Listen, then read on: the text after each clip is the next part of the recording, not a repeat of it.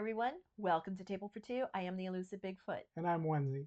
Today we are going through and talking about games that begin with the letter J. These are games we're going through all of the alphabet. We are up to J. And the last game that we say is going to be our number one pick. All right.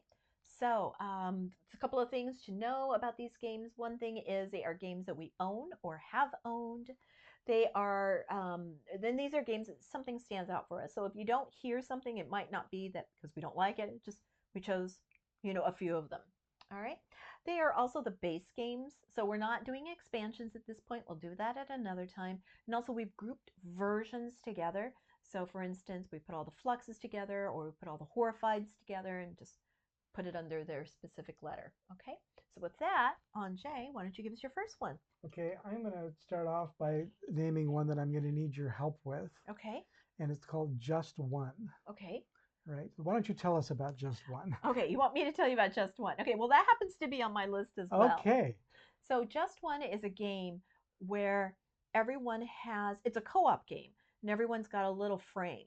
And what we're going to do is when it's my turn, I'm going to take a card so I can't see it, and I'll put it on the frame, and everyone else can see it.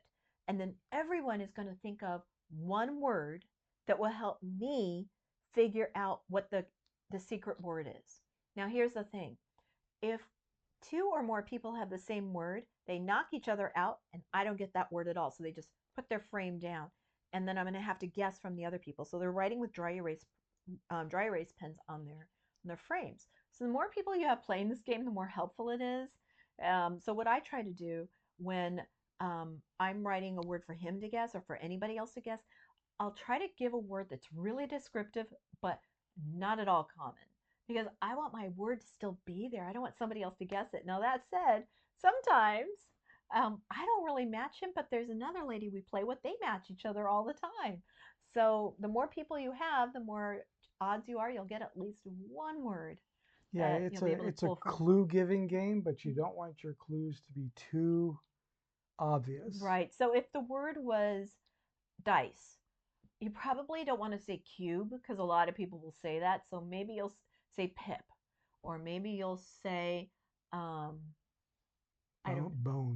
Bones. That would be a good one. Or casino. So it's a one-word clue that you're going to give. You basically follow, for the most part, Scrabble rules, but you can do proper nouns. Okay. Yep, so that's Just One. What's right. up on your list? My next game is going to be Jaipur. That's on my list too. Oh, and of course it is, because we love Jaipur. It's a two-player game, and you are you have a set of camels that will be your wild cards in order to help you get resources. And once you get a certain minimum number of resources, I think you have to 3 as a minimum, 4 if it's I think it's 4 for certain other things. I can't remember. But the higher number you go, the more points you potentially could get. You start collecting. You turn in your set of 3 to 5 cards that make that set, and then you'll pick up a token that's worth 3 to 5 points. Well, more points. Yeah. I'm gonna either, if I have 3, then I'll pick it up from the stack that you turn in 3, and it's got a certain amount of points. 4 has got even more points, and 5's got even more points under them. So, and there's also minerals, like special gems and things that you want to try to grab them as soon as possible. Yeah, the gold is worth more than the paper and stuff like that. And then also, if you have the most camels at the end of the game, then you get the camel award, and then you count up your points, and you see who won that round, and it is best 2 out of 3. Yeah, Jaipur. It's a great small box game. Mm-hmm.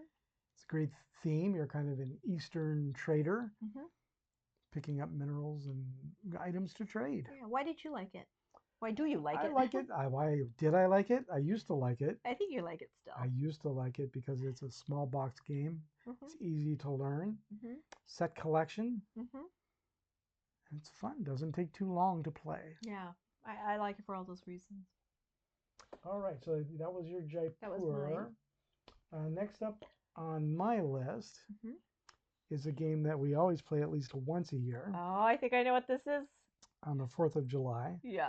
And we play Jaws. Yeah, I love that game. That's on my list as well. Jaws. So For those of you who have seen the movie, this game is great. You play the characters from the movie. You either play the boat skipper or the town sheriff, police. You either play the sheriff, the skipper. I can't remember the roles right now. And everyone is shouting at their television because they remember the skipper, um, the the sheriff, or the investigator guy. Bodie's one of them named Bodie. Yeah. Right. Or you play the shark. Yes. Right. So the game is sort of split into two halves. In the first half of the game, Act 1. Act 1, the non-shark people are looking for the shark. And the question isn't whether they're going to find them. The question is how many rounds it takes to find them. Yeah. The shark is trying to elude being caught. And so all of us are trying to either shoot him full of like, we have bells that we've put out in certain areas, or we have a fish finder, and we're looking because he's eating those swimmers. Right. So if it takes them only a few rounds to catch the shark only gets a few benefits in the second half of the game. If it takes them a lot of rounds to find the shark is very powerful in the second half of the game with more cards to help him out in the second half of the game. Once they find Jaws, they flip it over. Or they don't. If he makes it all the way to the end and we still haven't found him. You flip over the board, then it's time to attack the boat. And the shark spends time attacking the boat. The characters spend time defending the boat. And if the shark can elude the people in Act 1, he'll get a lot of special abilities that allow him to do extra special things. So almost always, I think you usually play the shark in this one, and I play the other characters. But no matter who I play, because you're writing down where am I hiding next, and you have to put your predictions and then see how well you do. It doesn't matter if I'm the shark or if I'm the people. I mean, it's super fun. Yeah, and during the first half, I forgot to mention part of the goal of the shark is to eat swimmers. No, I said that. Yeah, that's super fun. You're trying to stop him from eating all the swimmers, and so yeah, it's pretty good. So that's Jaws. That is Jaws. And I have one more left on my list. I have one more left. Okay. Bet you it's the same one. I don't know. It's always been one of my favorite. It's what got me in love with Looney Labs. Okay. Okay. Is it different? It might be the same. Okay.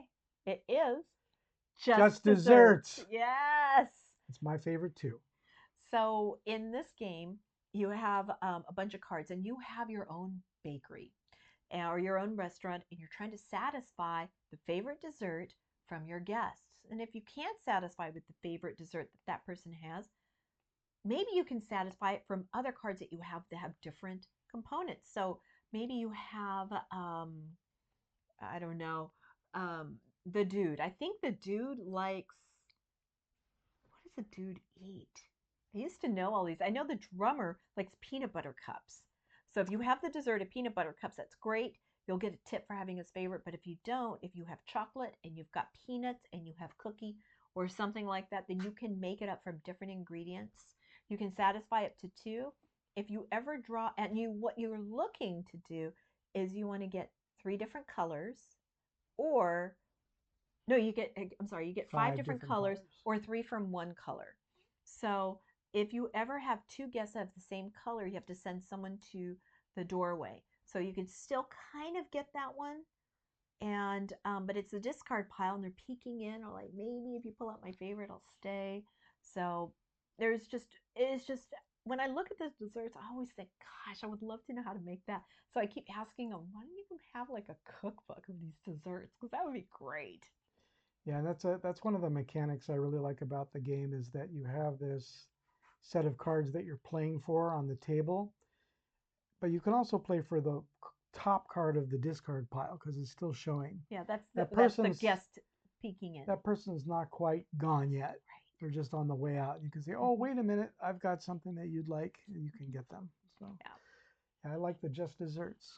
We also have inside of that different ways that you can make the game a little bit more difficult if you like. So I've had to definitely sleeve that one because we play that one a lot. All right. So that is the letter J. Please let us know What are some games you think that we should try? Maybe we haven't mentioned it yet. Maybe it didn't make our list, but let us know what you like. And then please like and subscribe if you like this video. And until next time, I'm the Elusive Bigfoot. And I'm Onezie. Thanks so much. Bye-bye.